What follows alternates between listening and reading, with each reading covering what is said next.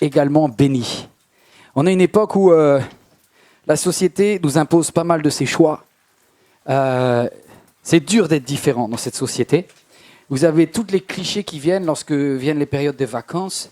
Vous voyez cette famille qui part dans une voiture monospace climatisée vers le sud de la France. Monsieur est concentré sur son volant, madame, toute maquillée, toute belle, sans aucun aspect de transpiration, juste bien concentrée à être jolie. Puis 2 enfants très sages, un gars, une fille pour être équilibrés, et les 2 en train de regarder une vidéo à l'arrière du monospace qui se conduit tout seul. La vie, la vraie, c'est pas tout à fait ça, ou c'est rarement ça. C'est rarement ça. Et beaucoup de personnes parmi vous, et c'est le constat que je fais lorsque je prépare ce message, sont seules, et pas toujours par choix, mais il y a beaucoup de célibataires dans les églises, point, c'est vrai. Voilà. Et puis, quand bien même certains ne sont pas célibataires, il y a aussi des mamans, des papas qui élèvent seuls des enfants.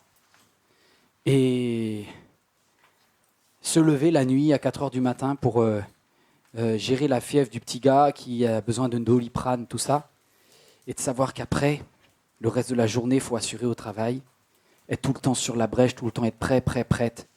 Waouh! C'est une responsabilité, c'est une mission. Alors, avec vos collègues, avec vos amis, avec vos proches des fois, tout votre entourage vous pousse et vous dit « Ah, mais si tu avais une âme sœur à côté de toi, les choses seraient plus faciles. » Et tu as tendance, et on a tous tendance, tous les êtres humains, à penser que si on était accompagné, les choses ne seraient pas pareilles. Et donc, on serait quelque part plus épanoui. Vrai ou pas vrai? Toute la société nous le dit, tous les magazines, tous les clichés.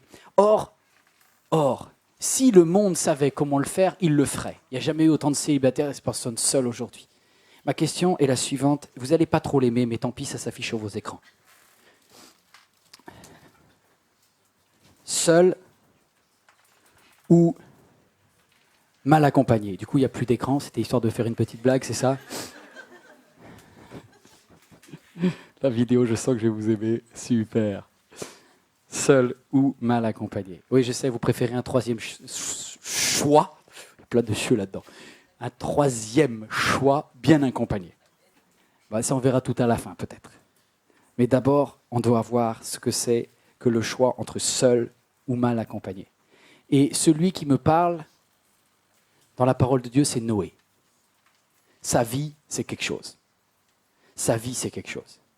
Et Noé est quelqu'un qui a sauvé un maximum de monde, mais il était très seul, très seul. Alors on lit dans le livre de la Genèse au chapitre 6, le premier verset. Il y a 3 choix qui vont se poser à Noé. Écoutez bien, si vous avez compris ça, vous avez compris tout le plan du message. Le premier choix, c'est quelle est ta vision de cette terre, la vision du monde? On ne va pas avoir la même vision si on regarde depuis la terre ou si on regarde depuis le ciel. Déjà, ça va séparer pas mal d'entre vous, on va vous perdre à ce niveau-là. On n'aura pas forcément tous la même vision des choses. Si on a la même vision, qu'on a une vision du ciel, on passera à l'étape 2, la mission. Soit on fait quelque chose de notre vie, on fait une mission très terrestre, soit on fait une mission selon Dieu. Et troisièmement, dans quelle direction? Et là encore, il y a une grande différence. Et au final, on sera plus grand nombre à la fin. On va perdre pas mal de monde peut-être par ce message. Peut-être je vais avoir des remarques comme quoi ce message est dur, mais on va le lire quand même. La parole de Dieu nous parle dans Genèse 6, verset 1er. Il est dit, voici, premier point, ta vision, ton premier choix. Regardez la façon dont les hommes regardent. Grand 1A, la terre vue d'en bas. La terre vue d'en bas. Est-ce que c'est possible de changer le fond d'écran, s'il vous plaît? Voilà. C'était pas tout à fait ce que j'attendais. Voilà. Vous êtes des blagueurs à la sono aujourd'hui, là. Vous avez envie de me faire du mal, hein, c'est ça? C'est très bien en noir. Surtout, changez rien. Voici la terre vue d'en bas. Quand les hommes commencèrent à se multiplier sur la terre et qu'ils eurent des filles, les fils de Dieu virent que les filles des hommes étaient belles. Et ils prirent pour femmes celles qui choisirent parmi elles. On va un tout petit peu plus loin, on va au verset 4. À cette époque-là, il y avait des géants sur la terre. Et aussi, après que les fils de Dieu se furent unis aux filles des hommes, et qu'elle leur eut donné des enfants, ce sont des héros, ces héros si fameux d'autrefois. Voilà. La terre vue d'en bas, ça va pas si mal que ça. On a des femmes qui sont de plus en plus belles, et on a des gars qui sont des héros. En fait, le monde vu d'en bas, ça peut marcher. Du moins, il y en a certains pour qui ça tourne. Il y a des femmes qui arrivent à être particulièrement belles. Je suis allé 3 jours dans le sud de la France. Je suis allé sur la Côte d'Azur, à 10 km de Saint-Tropez. Vous savez qu'à Saint-Tropez, sur le parking, il y a plus de Ferrari que de Twingo. Ça m'a fait un choc. Moi, je suis habitué au parking de Créteil-les-Chats, ou Créteil... Oh, dis donc, dis donc, les Ferrari, ils font plein de bébés là-bas. Ferrari fait une autre Ferrari. Il y a en rouge, il y a en gris, il y a en gris métallisé, il y a en gris argent. Après, il y a Maserati 1, Maserati 2, Je dis donc, ça se reproduit vachement les Ferrari ici. Et le monde, il y a des géants. Les gars, ils arrivent, lunettes de soleil, biceps. Ils gagnent plus en marquant un but au foot que ce que toi, tu vas gagner toute ta vie en tant qu'homme en te levant tous les matins. Il y a des vainqueurs, il y a des géants sur la terre. Et si tu regardes à ça, tu auras beau faire des émissions, même à gagner à Koh-Lanta, tu vas essayer de gravir les échelons, puis ta femme, tes amis vont dire « T'es comptable ?»« Ouais, non, bon, pas. Il n'y a pas de saut métier, mais c'est quand même pas terrible. Hein. » Et tu reçois énormément de pression, parce que quelque part, la société, et toi-même, si tu regardes selon eux, il va te manquer toujours quelque chose pour devenir un de ces géants d'autrefois. Et on va te raconter des histoires de télé-réalité montées de toutes pièces.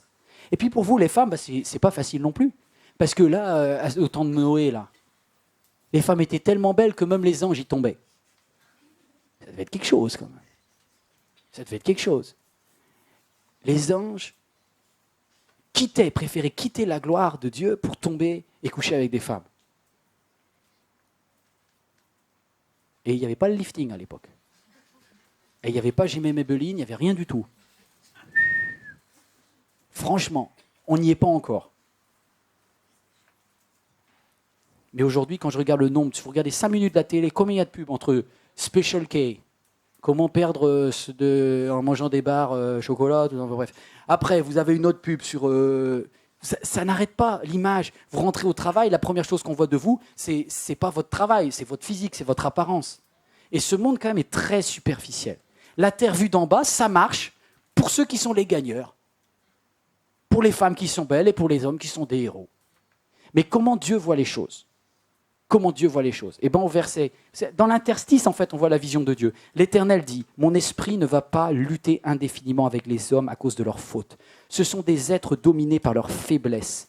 Je leur donne encore 120 ans à vivre. » Au verset 5, l'Éternel vit que les hommes faisaient de plus en plus ce qui est mal sur la terre. À longueur de journée, leur cœur ne concevait que le mal. Alors l'Éternel fut peiné d'avoir créé l'homme sur la terre. Il eut le cœur très affligé. Il dit alors, je supprimerai de la surface de la terre tous les hommes que j'ai créés. Oui, j'exterminerai les hommes et les animaux jusqu'aux bêtes qui se meuvent à ras de la terre et les oiseaux du ciel, car je regrette de les avoir fait. Ras-le-bol de cette corruption. Et c'est pas parce qu'ils soignent l'extérieur que l'intérieur est propre. Moi, je vois ces gars qui roulent en Ferrari et qui parlent comme à un chien au gars qui est en train, qui est simplement leur chauffeur et qui essaye de faire ce qu'il peut. Il y a ces femmes, là, ces midinettes, ces pin-up qui sont pleins d'argent, qui ont leur sac Christian Dior. Et elles regardent avec un souverain mépris la femme qui a un petit peu d'embonpoint à côté d'elle à la plage. La richesse, le succès ne te rendra pas meilleur.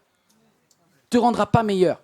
Et on est tous en train de courir comme des abrutis. À qui va être le plus beau, qui va être la plus belle, qui va être la plus riche, qui va être celui qui sort du lot, le héros.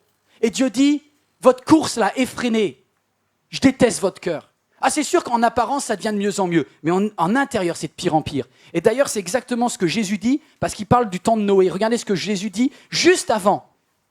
Jésus nous donne l'époque de Noé comme une alarme de la fin des temps. De la même façon qu'il y a eu le déluge, de la même façon, Jésus va revenir et il va se passer à peu près la même chose qu'au temps de Noé. Il est dit au verset 33 de Matthieu 24. De même, quand vous verrez toutes ces choses, sachez que le Fils de l'homme est à la porte, qu'il est proche, quoi. Quant au jour et à l'heure, personne ne les connaît. Pas même les anges dans le ciel, ni même le Fils. Mon Père seul connaît. Mais ce qui est arrivé à l'époque de Noé arrivera de même au retour du Fils de l'homme. En effet, dans les jours précédant le déluge, les hommes mangeaient, ils buvaient, ils se mariaient, ils mariaient leurs enfants, jusqu'au jour où Noé est entré dans l'arche. Ils ne se sont doutés de rien jusqu'au jour où le déluge vienne et les emporte tous. Il en sera de même au retour du Fils de l'homme. Alors de deux hommes qui seront dans les champs, l'un sera pris, l'autre laissé. Waouh! C'est dur! Mais c'est la vérité. Jésus revient, t'es prêt ou t'es pas prêt? Et quelle est ta vision du monde? Parce que la vision de Dieu et la vision de la société, c'est pas pareil. La terre vue de la terre ou la terre vue du ciel, c'est pas pareil. Quelle est ta vision sur le monde? Est-ce que tu trouves que ça va bien? Est-ce que tu veux ressembler à ces héros d'autrefois et à ces femmes de plus en plus belles? Ou bien tu dis, je veux travailler l'intérieur et le cœur? Et déjà, on perd du monde. Parce que de tous ceux qui sont appelés chrétiens, qui viennent à l'église le dimanche, beaucoup sont entre les deux. La tête dans le monde du lundi au samedi soir, et le dimanche, un petit tour avec la tête dans le ciel. Et on reprend une tête dans le monde après. Il y a un moment, ça va craquer. Quand il va y avoir un déluge, une épreuve, où tu vas voir que le fait de suivre Dieu, ça te rend ni plus riche, ni plus belle, on ne te verra plus. Tu vas tenir un peu, 2, 3, 4 ans, puis après tu vas dire, Seigneur, c'est pas assez beau la vie avec toi, j'ai pas assez de prières exaucées, financièrement j'ai trop de galères, allez c'est bon Seigneur. On va perdre du monde à l'étape 1, le choix de la vision, comment tu vois le monde. Je termine sur cette vision en parlant d'un de mes amis, je l'aime beaucoup, professeur de philo. Il était avec moi, un ami, et puis on n'était pas d'accord sur un point, justement sur la vision du monde. Quand je parlais avec lui, il avait une vision, pour ceux qui ont fait de la philo, vous connaissez Rousseau, c'était le bac de français, le bac de philo, tout ça. Rousseau, il dit, l'homme naturel est bon. C'est la société qui le rend mauvais.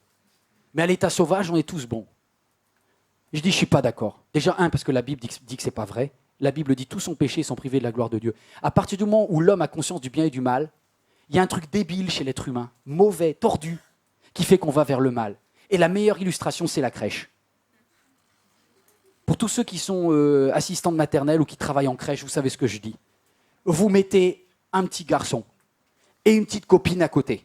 Le garçon, il a déjà trois sucettes, 3 tétines. Une verte, une bleue, une jaune. La petite Marion en face, elle a une petite tétine rose. Le gars, il n'aime pas le rose. Mais rien que c'est parce que c'est la tétine qui lui manque. Il va prendre son petit doigt, il va voler la tétine de l'autre. Rien que pour le plaisir d'entendre l'autre qui fait... C'est un truc jouissif d'entendre l'autre pleurer. Tiens, regarde ta tétine rose. Il y a quelque chose d'insatiable dans le cœur humain. T'en as jamais assez. Le cœur de l'homme est tordu. Et ça, Dieu, il en a ras-le-bol lorsqu'il y a le déluge. Il dit, j'en peux plus. En plus, il vivait longtemps à l'époque. Déjà, quand il pêche un peu, c'est long. Ah, il dit, c'est bon, on arrête ça. Et Dieu dit, j'envoie le déluge. Sauf que, verset 8, il y a un homme qui a choisi de voir différemment, c'est Noé. Et Noé a décidé, et il obtint la faveur de Dieu, parce qu'il n'avait pas le même cœur que les autres. Dieu cherche des hommes et des femmes qui voient selon Dieu plutôt que voir selon le monde. Si vous acceptez ce premier choix-là, on passe à l'étape 2. On passe à l'étape 2, c'est bon? Alors, si tu as accepté ce choix-là, bonne chance, tu es élu. Amen. Vous dites pas amen parce que vous avez peur de ce que ça implique derrière. Vous avez peut-être raison. Parce que quand Dieu te choisit, il y a des conséquences derrière. Quand tu vas prendre ton baptême, il y a des conséquences derrière. Tu obtiens la faveur de Dieu, je suis heureux pour toi. Maintenant, aimer en parole, c'est une chose. On va le voir en acte. Grand 2, la mission. Concrètement, la vision, c'est bien, mais la mission. Vous savez, quand tu as une vision du monde qui est différente, les autres te trouvent excentrique. Ils disent « Oh, elle voit les choses différemment. Oh, elle est un peu négative. Hein. Oh, il est rasoir de folie. Oh là là, la boîte de nuit, il est contre. Oh, elle est une bonne cuite, il est contre. Le sexe en mariage, il est contre. Avec un rabat-joie, franchement. » Et du coup, mais bon, on te prend comme le clown de service, la bonne sœur qu'on invite de temps en temps au McDo, histoire d'équilibrer les conversations et leur permettre, eux, de dire plein de bêtises et t'es un petit peu leur bonne conscience qu'on traîne partout, quoi. Sauf que Noé, au bout d'un moment, va passer de celui qui est juste excentrique à celui qui devient pénible. Et il y a un moment où peut-être ton entourage, tu vas te retrouver seul. Et Noé, tant qu'il voit le monde différemment, il est avec les autres. Il est dans la société, il est comme les autres. Mais sa vision du monde différent, dans l'étape 2, va lui donner une mission différente. Dieu dit à Noé, regardez, c'est verset 13, je crois. Dieu dit à Noé, « J'ai décidé de mettre fin à l'existence de toutes les créatures, car à cause des hommes, la terre est remplie d'actes de violence, je vais les détruire. Mais toi, construis un grand bateau en bois de gopher, un bois résineux qui colle. étanche, hermétique. On va construire un bateau. Tu parles de quelle taille, Seigneur? Tu dis un bateau 4 par 3? Non, parce qu'il y a des très beaux yachts à Nice, 3 par 4, moi ça me va très bien. Hein. Disons que c'est bien aménagé, je fais un petit tour si tu veux. Non, c'est pas ça. Regardez le bateau que Dieu demande à Noé de construire. Tout est important dans la Bible. Tu le diviseras à l'intérieur en compartiments et tu l'enduiras intérieurement et extérieurement de goudron. Tu vas t'en mettre plein partout, ça va être galère, ça va coller. Voici comment tu le feras. Tu lui donneras 150 mètres de longueur. T'es sérieux, Seigneur? 150 mètres de longueur. Même un stade de foot, c'est plus petit que ça, Seigneur. 25 mètres de largeur. 15 mètres de hauteur. Jésus, les échafaudages, les fait comment, là? Tu ménageras une ouverture dans le haut du bateau, un espace de 50 cm seulement. Entre les côtés et le toit, tu le fixeras par-dessus. Tu mettras la porte du bateau sur le côté. À l'intérieur, tu disposeras de 3 étages. Et moi, je ferai venir le déluge d'eau sur la terre pour détruire sous le ciel tout être animé de vie. Tout ce qui est sur la terre périra, mais j'établirai mon alliance avec toi, et tu entreras dans le bateau, toi, tes fils, ta femme, et tes belles-filles avec toi, et tu feras entrer dans le bateau un couple de tous les êtres vivants, etc. Ah super, j'ai gagné au loto, quoi. J'étais choisi par Dieu, je vais construire une arche. Est-ce que vous êtes prêts au coût que ça implique des fois de servir Dieu? Est-ce que vous réalisez que des fois, ce que Dieu va te demander, eh ben, tu vas te retrouver très seul, et ce n'est pas une arche que tu vas construire, c'est une galère. Parce que là, concrètement, c'est plus qu'une galère qu'il va construire. Il en a pour combien de temps à construire ça? Eh bien, j'ai vu le verset, c'est la première fois que je l'ai vu comme ça. Vous savez, pendant des années, j'ai cru que Dieu avait dit, quand il a dit « la durée de la vie des hommes sera de 120 ans ». Vous connaissez ce texte. Et du coup, pendant des années, je me suis dit « ah, mais c'est pour ça qu'on vit 120 ans ». Mais en fait, ça ne colle pas, parce qu'après le déluge, il y a des hommes et des femmes qui ont vécu plus que 120 ans. Donc pourquoi Dieu aurait dit la durée c'est 120 ans, il fait déjà les exceptions dès le suivant? Parce qu'il y a une autre façon en hébreu de traduire le texte, de dire Dieu dit à Noé, dans 120 ans, game over pour l'humanité. Donc en gros, tu as 120 ans pour faire ton bateau. Tu le fais où le bateau? Non, je te donne un conseil. Le bateau, mets-le dans une forêt d'arbres de gophers, d'arbres résineux. Parce que vu que tu en es parti pour 120 ans à tailler des arbres, il y a intérêt d'en avoir des arbres. Hein. Tu n'as plus d'un terrain de foot à faire là. Donc vous imaginez Noé, en plein milieu de nulle part, plutôt en plein milieu d'une forêt de résineux, Papy Noé, 500 ans.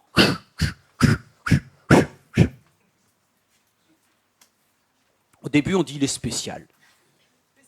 Il est seul, mais bon c'est son choix, il est un peu original, c'est un ermite de la forêt. Au bout d'un moment, c'est plus un ermite de la forêt, il a fait un trou, il a fait une clairière. Et il est là, il coupe, il coupe, il coupe, il coupe. Il en a partout. Vous imaginez le travail que Dieu lui demande? Ça colle.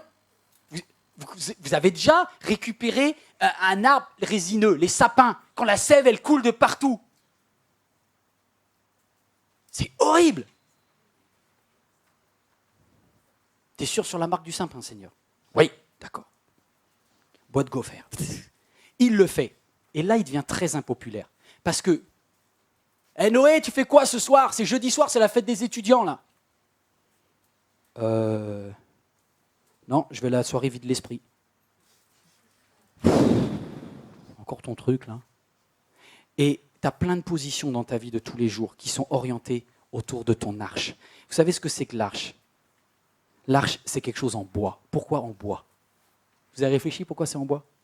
Parce que le bois, c'est la seule chose qui flotte lorsqu'il y a un déluge. Et moi, ça me fait penser à un arbre qui est planté sur une colline qui s'appelle Golgotha, en bois, et où le Fils de Dieu est venu pour nous donner le salut en étant sur le bois de la croix. Et je vois encore Christ. Le point commun entre Jésus et Noé, c'est que tous les deux étaient charpentiers. Sauf que Jésus, lui, il s'est mis sur la croix. Alors que Noé, lui, il a pu être derrière le bois, à l'abri du bois. La vérité, c'est que d'entre vous seront sauvés ceux qui se sont mis à l'abri du bois. S'il n'y a pas la croix de Jésus qui fait le tour et qui est là pour fabriquer ton arche, tout ce que tu construis, tu le perds. Tout ton argent, tu le perdras. La maison, l'appartement, tout ce que tu construis, tu le perdras. La seule chose que tu vas embarquer au ciel, dans le monde à venir, c'est ce que tu auras mis derrière l'arche, derrière le bois. Il n'y a que la croix de Jésus qui nous sauve. Par quel moyen nous est sauvés ? Par le moyen de la foi. Ça ne vient pas de nous, c'est un don de Dieu. C'est par la mort de Christ que j'ai la vie. C'est le seul truc qui flotte. Quand viendra la tempête, la seule chose qui me permet de flotter, c'est le bois. Vous avez réalisé ça ? Bon, alors je peux aller à la suite. Dans le deuxième choix, la mission. Une mission qui parle de bois. Une mission solitude. Mission solitude. Il devient très impopulaire. De la même façon que si tu aimes Jésus, et Jésus le dit, celui qui veut me suivre, qui se charge de sa, pardon, pas de ma, parce que c'est lui seul qui voulait l'apporter, de sa croix. Je suis désolé, suivre Jésus, oui, c'est être impopulaire. Suivre Jésus, ça implique que tu portes ta croix.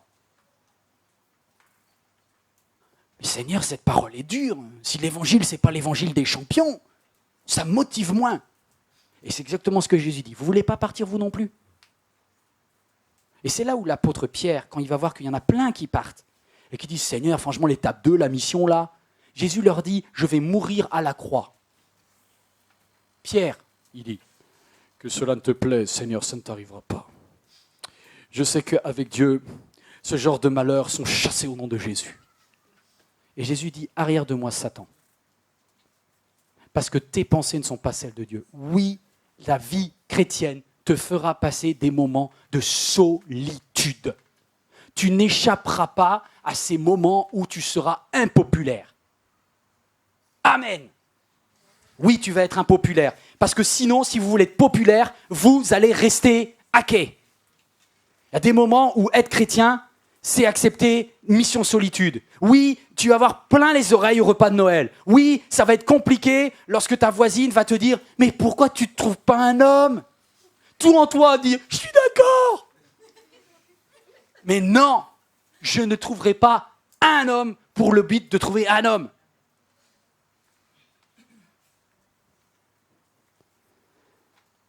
Ensuite, deuxième chose dans ce grand 2, la mission. La mission, c'est une mission solitude, mais deuxième point, l'objectif, c'est un objectif anti-solitude.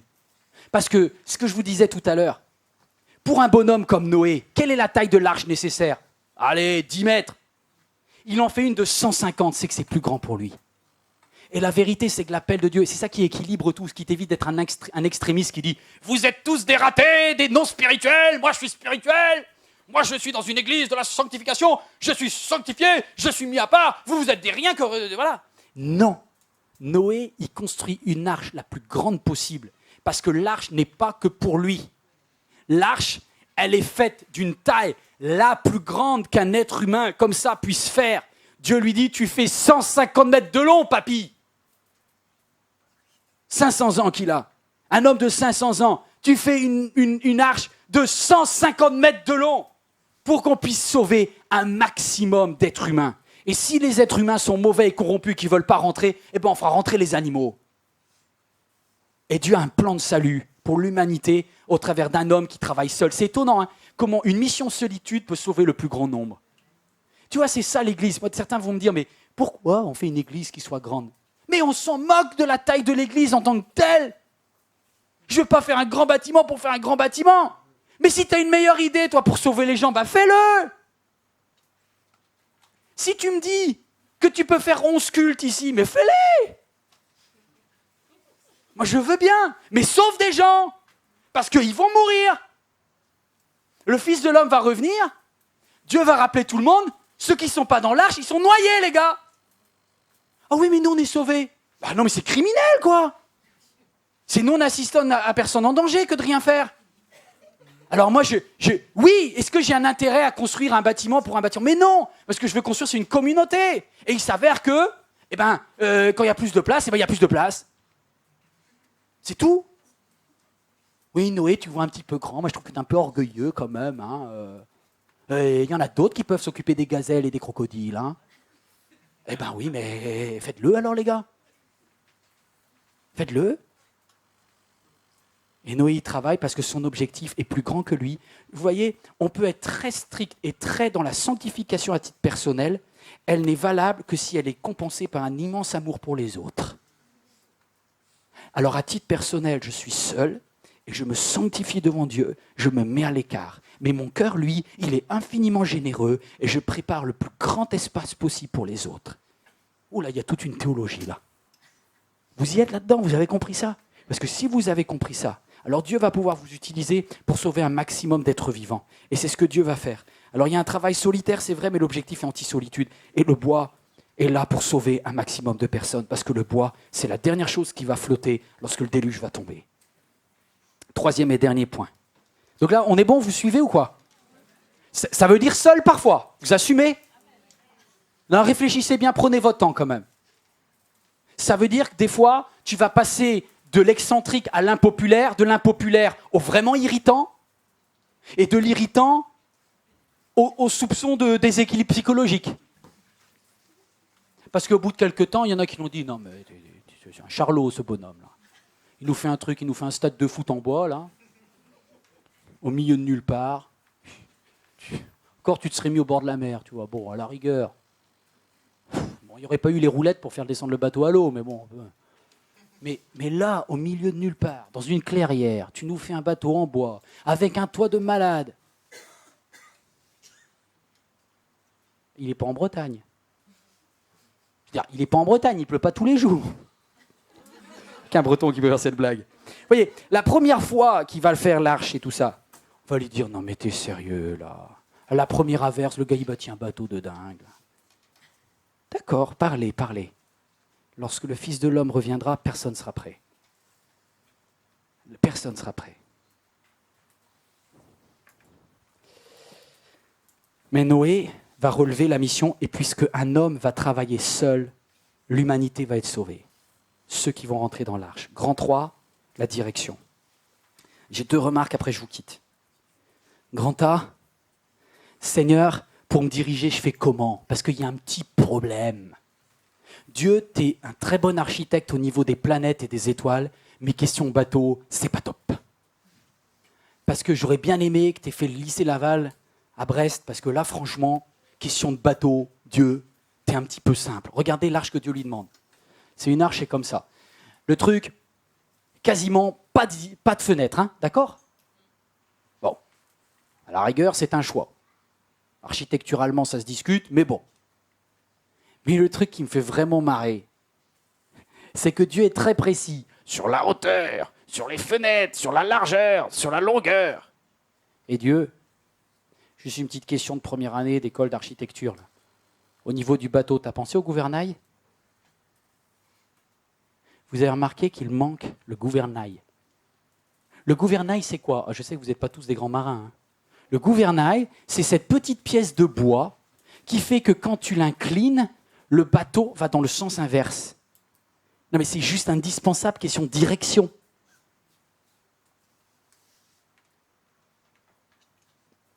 Dieu, le gouvernail. On fait quoi au sujet du gouvernail? Je n'ai pas eu de consigne. Seigneur, est-ce que je dois changer d'appartement ou pas?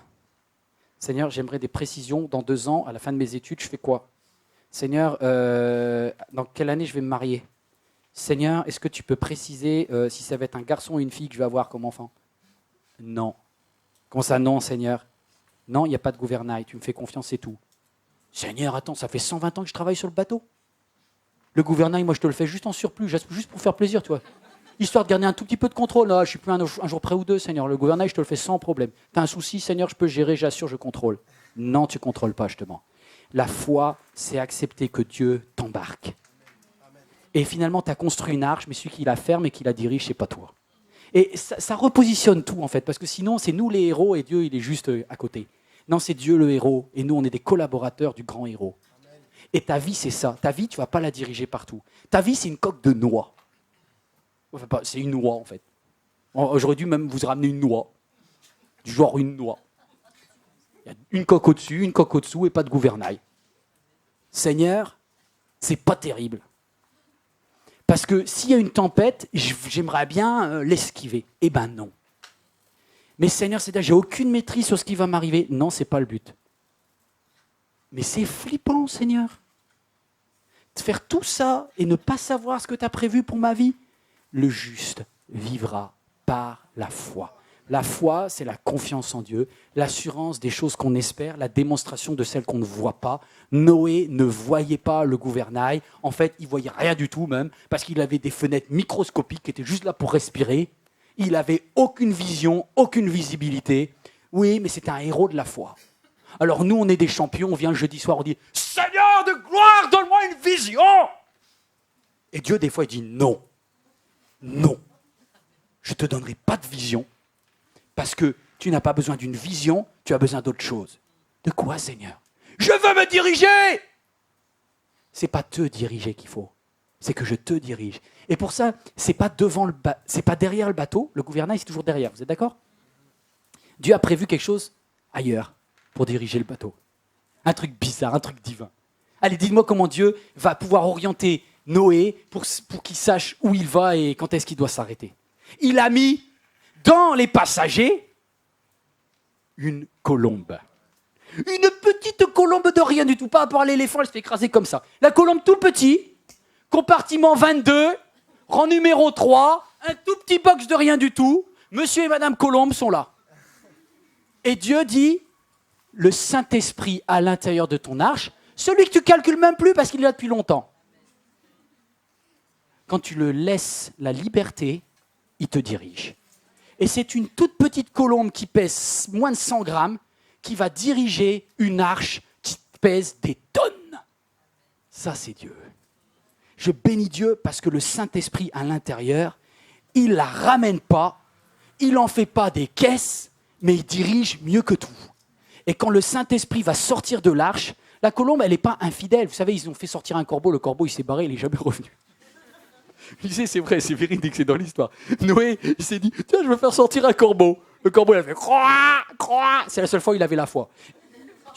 Et il est parti. La colombe, elle est partie. Et elle est revenue avec une branche d'olivier dans le bec. Elle a déposé. Et Noé, il a dû se dire, c'est quoi ce truc-là? Lui, il n'avait pas fait dans l'olivier, il faisait dans le résineux, lui. C'était charpente résineux, lui. Je dis, c'est quoi cet arbre? Tu sais qu'il y a des directions du Saint-Esprit, il faut juste les accepter.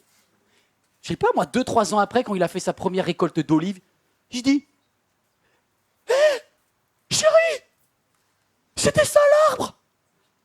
C'était ça le petit olivier? Parce qu'il y a plein de choses que tu comprends a posteriori, tu vois. Dieu est extraordinaire. Je voudrais terminer avec le problème de gouvernail, vous l'avez compris? Alors je vous laisse un dernier défi avant de partir. Seigneur, dans l'arche, je prends qui? Parce que seul, c'est bien, mais accompagné, c'est mieux. Alors des fois, voilà ce qui peut se passer. Dieu dit à Noé, tu vas prendre ta femme, tes fils et tes belles-filles. Et tata Brigitte, Seigneur? Et tonton Robert? Pas mentionné. Attends, il y a un copain, Sébastien, il m'a aidé, il était gentil, c'est le seul qui s'est pas moqué de moi. Il est venu à l'église régulièrement. Il a fait là, et non, il part pas. Eh ben non. Pourquoi, Seigneur? Alors, vous savez ce qu'on a tendance à faire? On a tendance à dire, Seigneur, je voudrais juste remarquer que si tu es l'architecte, et déjà les plans, bon, ils sont discutables, mais à la rigueur, mais moi, en tant que constructeur bâtisseur, 120 ans de sueur, je pense que j'ai le droit d'aménager une cabine VIP de mon choix. Et c'est pour ça que beaucoup d'entre vous, après avoir fait, je ne sais pas moi, vous n'avez pas fait 120 ans de célibat, mais après avoir fait quelques années de célibat, vous arrivez, vous dites, Seigneur, au fait, j'ai invité un tel dans l'arche. C'est à prendre ou à laisser. D'accord? Attends, là, on ne s'est pas compris, là. Parce que je te donnais comme mission d'être messager, Noé. Je t'ai dit de présenter ce qu'était le fait d'être droit devant Dieu. Je ne t'ai pas demandé d'être sélectionneur, tu vois. Oui, mais j'estime que c'est mon droit. Et puis Dieu, si je ne peux pas l'embarquer avec moi dans le mariage, eh ben je sors de ton arche. Honnêtement, je préfère pas répondre à cette question. Parce que j'ai peur que pour certains, vous ayez beaucoup de regrets et d'amertume derrière. avec des chantages comme ça affectifs au Seigneur. Ah, Noé, c'est quelqu'un comme nous. En 500 ans, il a eu le temps de se faire des amis, vous aussi, non? Allez, on a tous, même ceux qui ont le plus sale caractère ici dans la salle, vous avez quand même au moins 1, 2, 3, voire peut-être 5 amis sérieux, que vous embarqueriez quand même pour les sauver.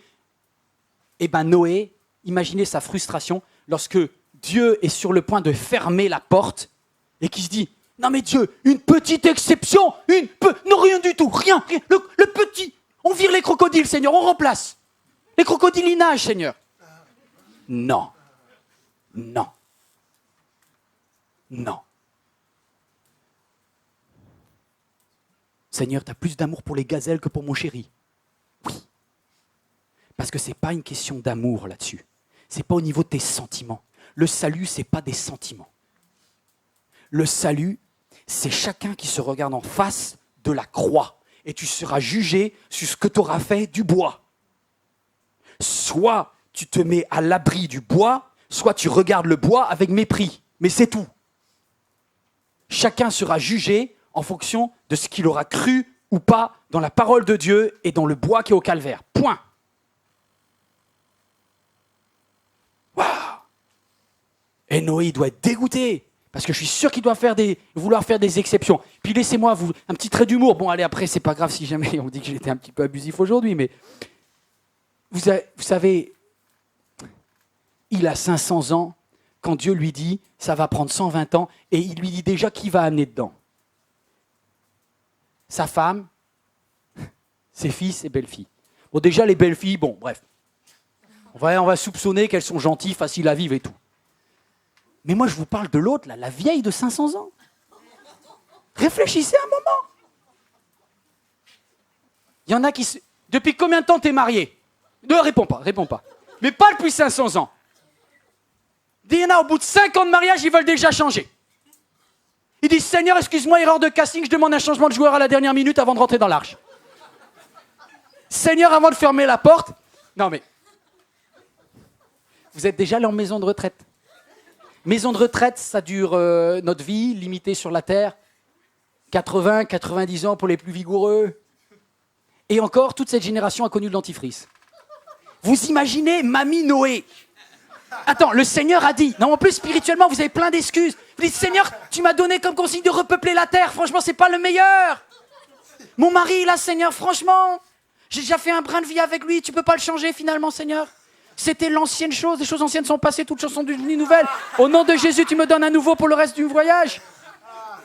Mais ça doit être très tentant. Seigneur, je négocie. Putain, j'ai tout construit, Seigneur. J'ai tout construit, Seigneur. Et Dieu dit, c'est ta femme que t'embarques. Bon, mamie, viens, on y va. Et tu y vas, et tu rentres dans... Des fois, c'est dur, hein. Seigneur, quand même. Mamie, elle a déjà eu une longue vie, franchement, si elle part à 500 ans. Tu vois cette petite jeune là-bas? C'est bête de mourir à 19 ans, Seigneur. Si tu vas dans le sentiment, tu arriveras toujours à justifier tous tes péchés. Hein.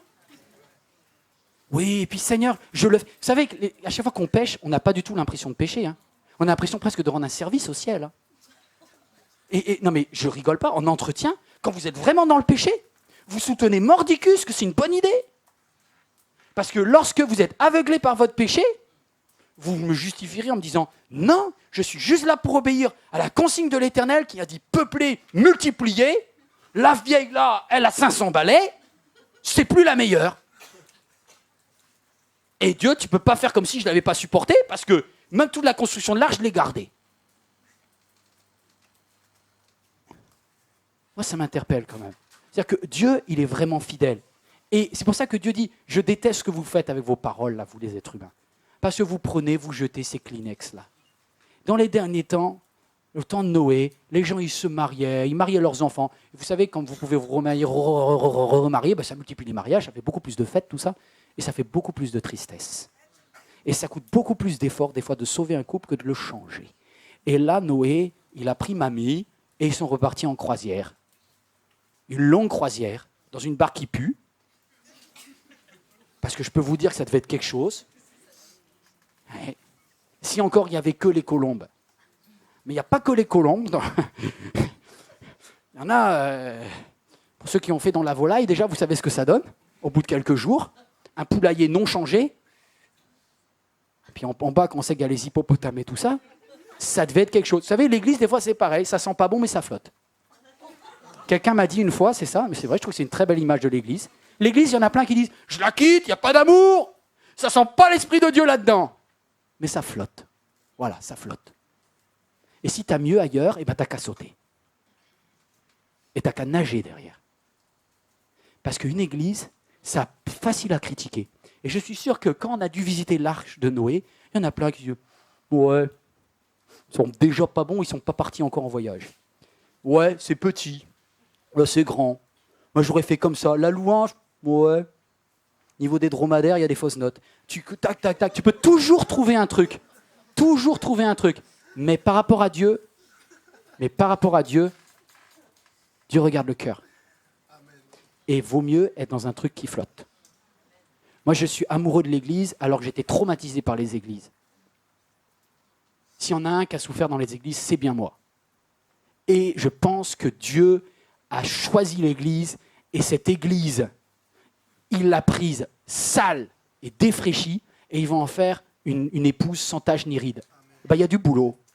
Il y a du boulot. Et c'est vrai qu'avec nos sales caractères, on n'aide pas l'arche à être belle. Mais on va se prendre par la main et on va essayer de le faire. Je vais juste vous donner un dernier témoignage, il faut que je conclue là.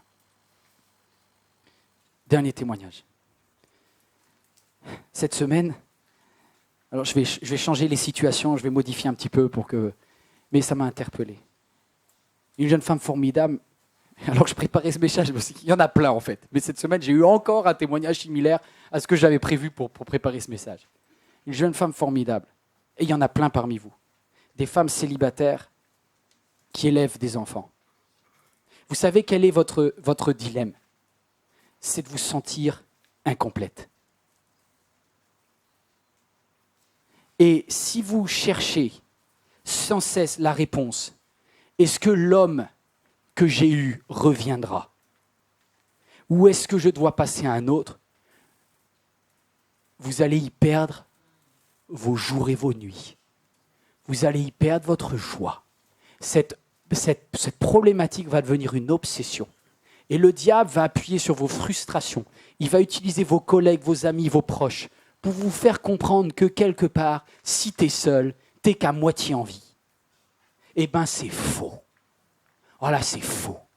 Et lorsque j'étais en train de parler avec cette femme formidable cette semaine, je regardais et je sais que vous tous, les hommes célibataires, les papas célibataires, les mamans célibataires, vous aimeriez quelque chose de rapide, avec un résultat rapide et juste un miracle de Dieu. Ou au moins un « Seigneur, dis-moi si c'est lui ou est-ce qu'il faut que j'aille voir un autre ?»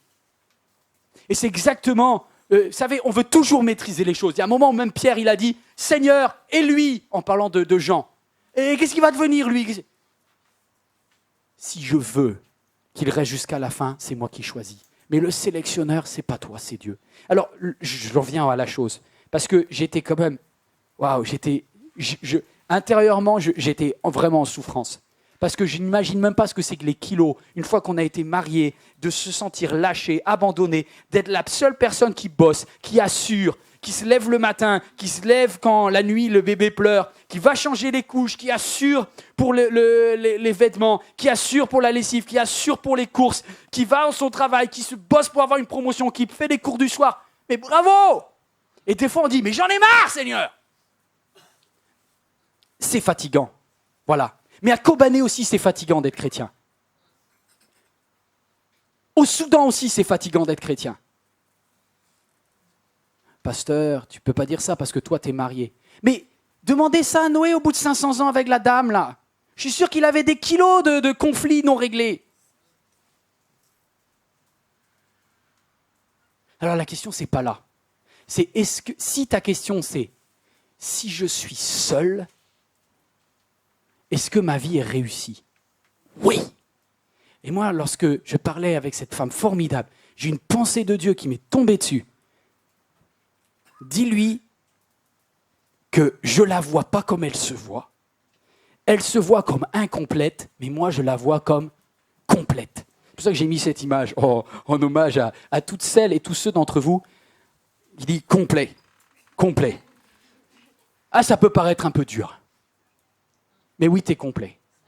T'es un gars, t'as 23 ans, t'as terminé tes études, t'es seul, il y a des blagues bizarres sur toi. Certains disent oui, on se demande même s'il n'est pas de l'autre bord et tout.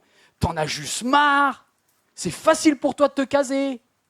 Mais il y a un moment où tu dois dire, en face de ton miroir et devant ton Dieu, Seigneur, est-ce que je suis complet ou pas? Oui, Dieu me voit comme complet. Parce que ce n'est pas si j'ai quelqu'un à côté de moi qui va faire que je suis complet ou pas. Personne d'entre vous, même le mieux marié parmi nous, ne peut pas garantir qu'il amène sa famille au ciel. Personne. C'est pour ça que l'apôtre Paul, même au moment de l'épreuve, il dit « J'aimerais que vous soyez tous comme moi. » C'est un grand malade, lui. Hein. Vous avez vu que l'apôtre Paul dit ça? Vous savez que pour les hommes, c'est au moins aussi dur pour les femmes de rester seuls. L'apôtre Paul, restant célibataire, ça me fait penser d'ailleurs à un certain Jésus, mais l'apôtre Paul, parce qu'on peut dire Jésus, lui, à 33 ans, c'était fini, il n'a pas eu longtemps à souffrir. Ah si, quand même, ça devait être long. Mais alors l'apôtre Paul, lui, jusqu'à la fin de sa vie, il était seul. Et à la fin de sa vie, il dit, je vous souhaite une seule chose. Mais pourquoi? Parce qu'il a tellement vécu d'épreuves qu'il dit, je suis content de ne pas avoir embarqué une femme là-dedans. Parce que, les gars, il a été martyrisé, il a fait des naufrages, il a été tapé, il a été lapidé. Heureusement qu'il n'avait pas des gamins à consoler derrière. Parce que le jour où il est mort, certainement à Rome, dans les arènes, eh bien, tant mieux qu'il n'y avait pas deux orphelins en train de dire « Papa, Jésus, tu fais quoi ?» Des fois, il vaut mieux être seul que mal accompagné. Ce discours est dur, comment on peut l'accepter? Et vous ne voulez pas partir, vous non plus? La solitude, c'est le mal de l'Occident. Voilà. Si vous êtes aujourd'hui dans la région parisienne, la plupart d'entre vous, le péché qui va le plus vous tenter, c'est l'idée d'embarquer dans votre arche des personnes que Dieu n'a pas appelées dans votre arche. C'est ça qui est dur. Voilà, c'est ça qui est dur. Alors on ferme les yeux et on demande au Seigneur, conduis-nous. Parce que je peux vous dire une chose, alors que les yeux sont fermés, c'est que votre arche, si tu te vois comme Dieu la voit, les hommes la voient incomplète parce que sans gouvernail, Dieu la voit comme parfaitement adaptée à traverser la pire des tempêtes. Deuxièmement, si toi tu dis, mais est-ce que d'un point de vue nombre, est-ce que je ne pourrais pas embarquer quelqu'un avec moi, Seigneur, juste pour moi à titre perso? Dieu dit, le chemin de la vie est trop long et est trop dur pour faire n'importe quoi. Maintenant, pour ceux qui ont fait des mauvais choix et qui aujourd'hui sont en situation d'être accompagnés, voilà, tu as deux possibilités. Soit tu te dis, et je ne suis pas là pour juger parce que je n'ai pas un mot de Dieu, mais il y a deux possibilités. Soit tu le maries et tu dis, Seigneur, je mets ma vie en règle et je ne reviendrai jamais là-dessus. Parce que je l'aurais choisi et l'amour, c'est aussi un choix. L'autre possibilité, c'est que tu lui fasses un bisou d'adieu.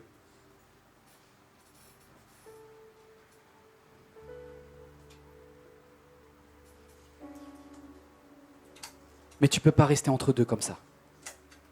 Parce qu'il va se coincer la main dans l'arche. Quand Dieu va fermer les portes, ça va faire mal. Alors toi, tu présentes le message, mais le sélectionneur, c'est Dieu. Si la personne veut de Dieu, alléluia, fais-la rentrer dans l'arche. Si la personne ne veut pas de Dieu, le voyage va être long et pénible. Hein.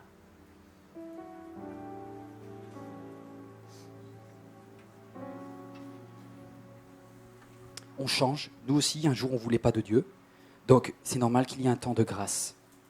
Et je ne dis pas que tu vas rentrer, mettre des ultimatums comme ça en faisant ton Zorro. Mais tu as déjà mal fait les choses. Tu as pris les choses dans le désordre. Dieu te dit, repars au début. Redeviens célibataire. et propose le mariage ou propose la séparation. Éprouve tes sentiments, il faut voir s'ils sont sérieux. Place-toi devant Dieu. Puis peut-être que tu trouveras quelque part, pas loin de toi, un bois qui flotte. Sur ce bois, il y a marqué Jésus. Oh Seigneur, c'est une grâce de Dieu qui m'a appelé, qui m'a donné une vision de comment va le monde. C'est une grâce de Dieu qui t'a donné une mission. Porter le message et faire large, la plus large possible. Je ne te demande pas de mépriser les autres et de faire de la morale aux autres. Non, je te dis, travaille pour eux, sauve-les. Mais le sélectionneur in fine, c'est Dieu. Alors ceux qui veulent prendre la Sainte Seine, vous vous levez s'il vous plaît à votre place. Les frères, les sœurs désignés viennent et sans tarder commencent à distribuer. Et on va prendre ce chant qui dit grâce infinie. Grâce infinie. Parce que l'éternité est devant vous. Et Jésus dit à Pierre, Pierre, il n'est personne qui sur cette terre ait quitté son père, sa mère, un être cher, sans qu'il retrouve au ciel, au centuple. Et même Marc rajoute, et sur la terre. Parce que Dieu nous donne un avant-goût du ciel sur la terre. Que Créteil soit un avant-goût du ciel, je le souhaite pour toi. Mais in fine, le plus beau, c'est le ciel.